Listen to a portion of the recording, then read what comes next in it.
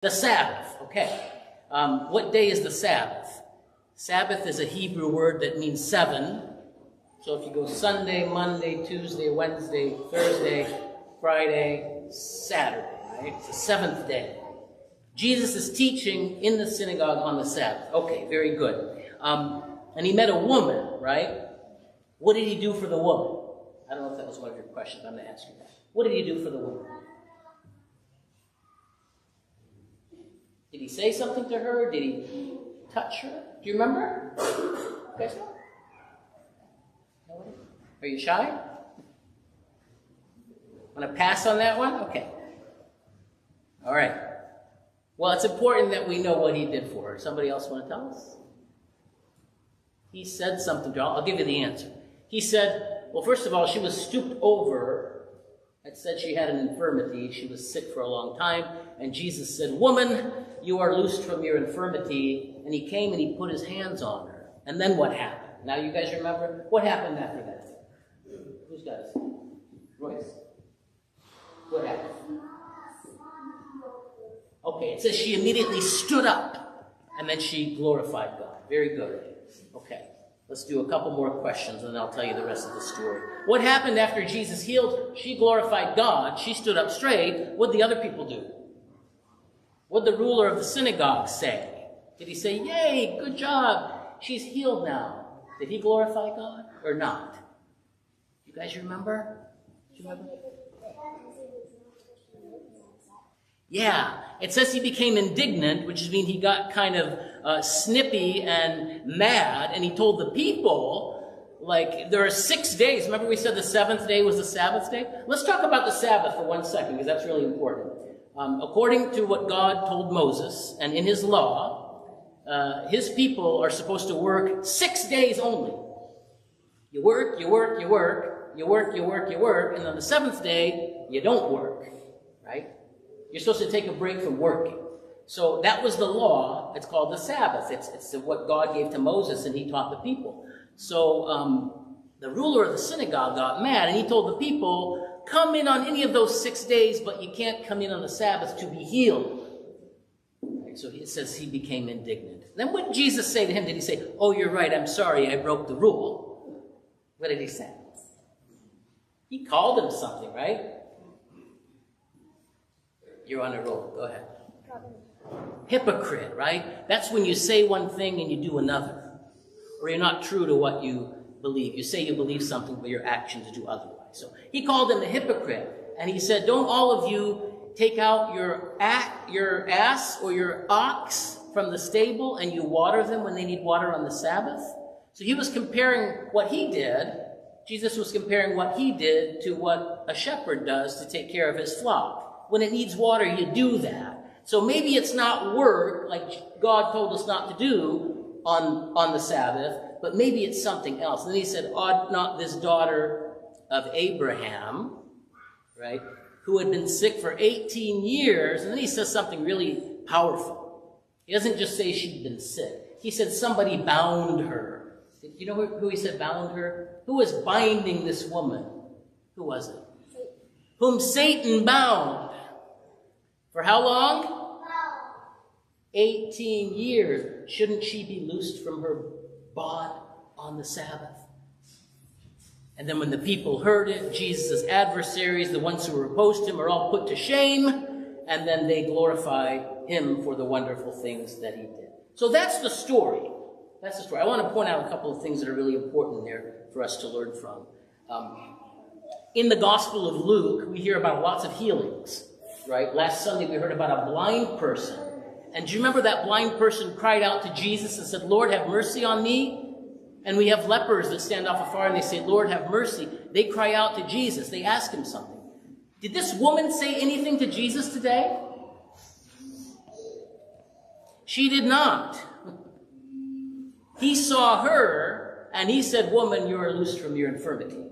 And then he went and he touched her. That's important, okay? Because it's really urgent that Jesus straightens her up. I want to impress that on you. The other thing, the details about what was wrong with her. She was stooped over and could in no way straighten herself up. You know what it means to be straight in the Bible? I know we have lots of definitions for that. It just doesn't mean she was bent over, but she could in no way straighten herself up. And then when Jesus touched her, she immediately was made straight. You know what it means to be made straight? That means to do what God wants us to do. It means to walk straight. It means to follow his voice. He sent prophets. We hear this in the Gospel of Mark. Behold, I send my messenger before you, your face, to prepare your way. Right? And St. John the Baptist says, prepare ye the way of the Lord, make his paths straight. So when we're straight in the Bible, it means we're walking according to what God wants us to do. So this woman was not doing that. That was her problem. And Jesus addressed it, okay? Now, a couple of more fun facts about this because it's sort of mysterious. I love this gospel. There are things in here that we almost don't know how to explain unless we put it in the context, and that's what I'm trying to help us do today. It says she was a daughter of Abraham, and she had been sick for 18 years. And why 18 years? I mean, yeah, it says 18 years, so why not 18 years? But it actually says it twice. Luke tells us it's 18 years, and then Jesus repeats that it's 18 years, and she's a daughter of Abraham. Right? So what do you think's going on with the 18 years and the daughter of Abraham? I'm going to help us understand that. And then he says, Satan bound her. That sounds scary, doesn't it? Bound by Satan. Can I just be sick? No, it has to be that Satan has bound you and for 18 years. Okay. So when you're a daughter of Abraham, that means you're following the commandments of God.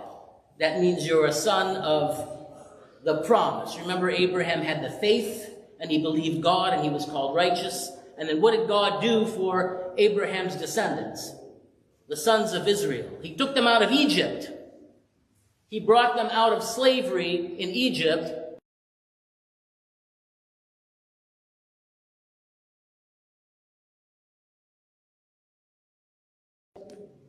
And all the rest of them. That's what God...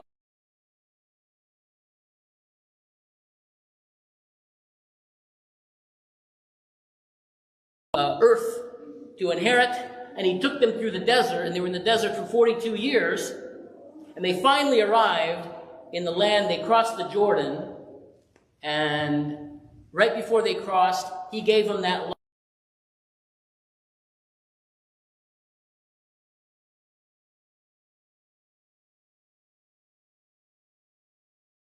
Somebody named Joshua. We heard about Joshua last Sunday, didn't we? Right? Joshua was the leader. After Moses died, there was Joshua. Joshua was leading the sons of Israel, and he's leading them and teaching them to be faithful to what God commands. Y'all following me? I'm going to read you something from the book of Judges about Joshua. Because what do you think happens when Joshua dies? They listened to God when Joshua was alive, and we heard last Sunday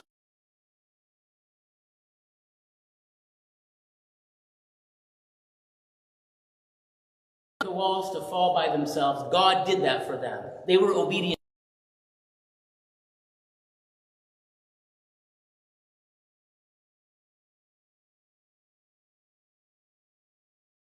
Book of Judges. Gods from among the gods of the nations all around them, and they bowed down to them. They provoked the Lord to anger. They forsook him and served Baal and the Ashtoreths. Those are other gods again. So they blew it.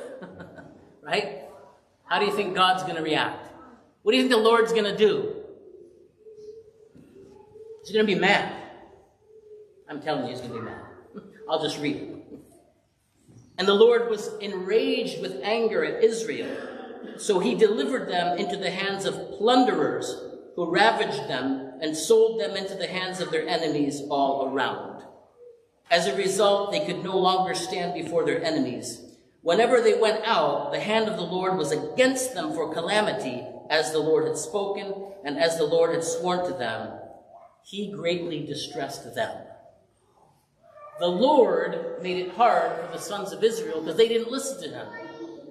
They were no longer successful in defeating the people that lived in Canaan. now they're losing the battle, right? The Lord's not with them. He's letting other people win. You see? You follow this? Right? They didn't follow the law. They forgot about God, and now they're being punished and they're suffering. So I'm going to fast forward a little bit. The Lord raises up judges after Joshua died. He gives them wise men to teach them that again. And when the judges were ruling them and teaching them God's law, it says they were obedient and they were following. But when the judge died, they went back to being as awful as they had been. And these are the children of Israel. These are the great-grandchildren of Abraham. So they're supposed to be following the promise. See what happens? What do you think happens when God gives you up and he lets other people attack you and rule over you? Right? You become enslaved to that power. So I think the woman in the story is representative of all the children of Israel who blew it and were now vulnerable to other gods that are not the Lord. They're under the power of Satan, and Satan is binding them. See? That's what's happening in the gospel today. And why 18 years? I said it was important.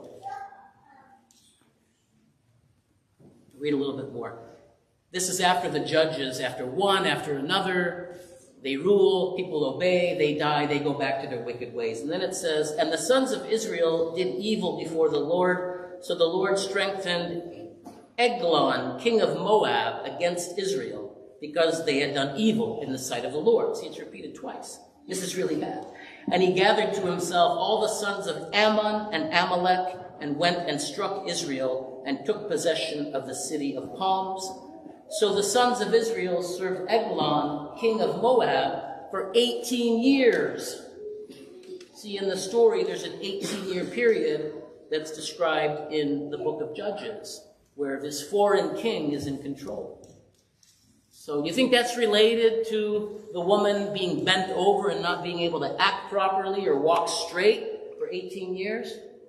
I think so. I think we could make a connection. But Jesus saw the opportunity and the necessity to proclaim her free. Because that's what we have in the New Testament. Jesus is going out and he's calling those sons of Israel, those children, those sons and daughters of Abraham, back to walk straight.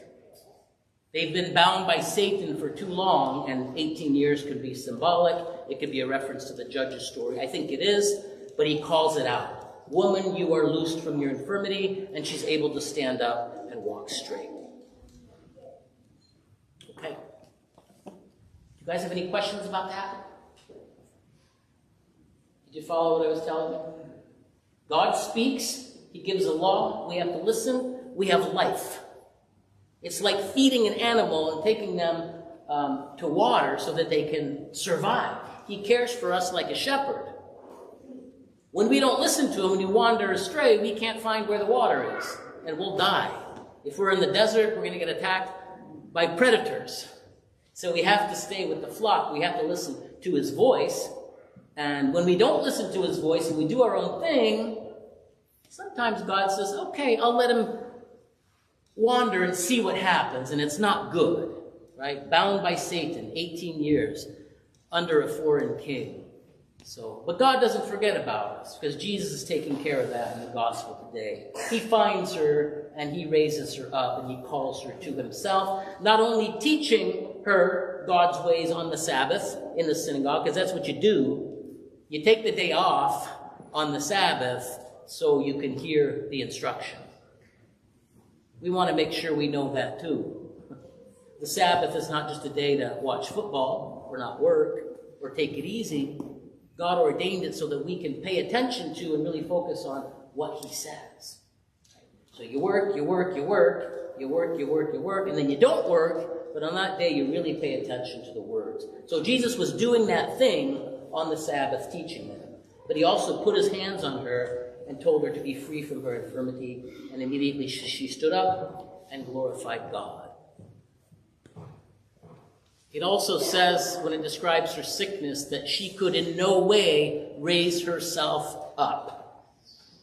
She could in no way accomplish what Jesus was able to accomplish with a word and by laying his hands on her. So we want to understand the power of the teaching of the Lord in the flesh, in the person of Jesus Christ, who's bringing it today in the gospel to call that daughter of Abraham back to God and to raise her up so that she walks straight according to the commandments and precepts of God.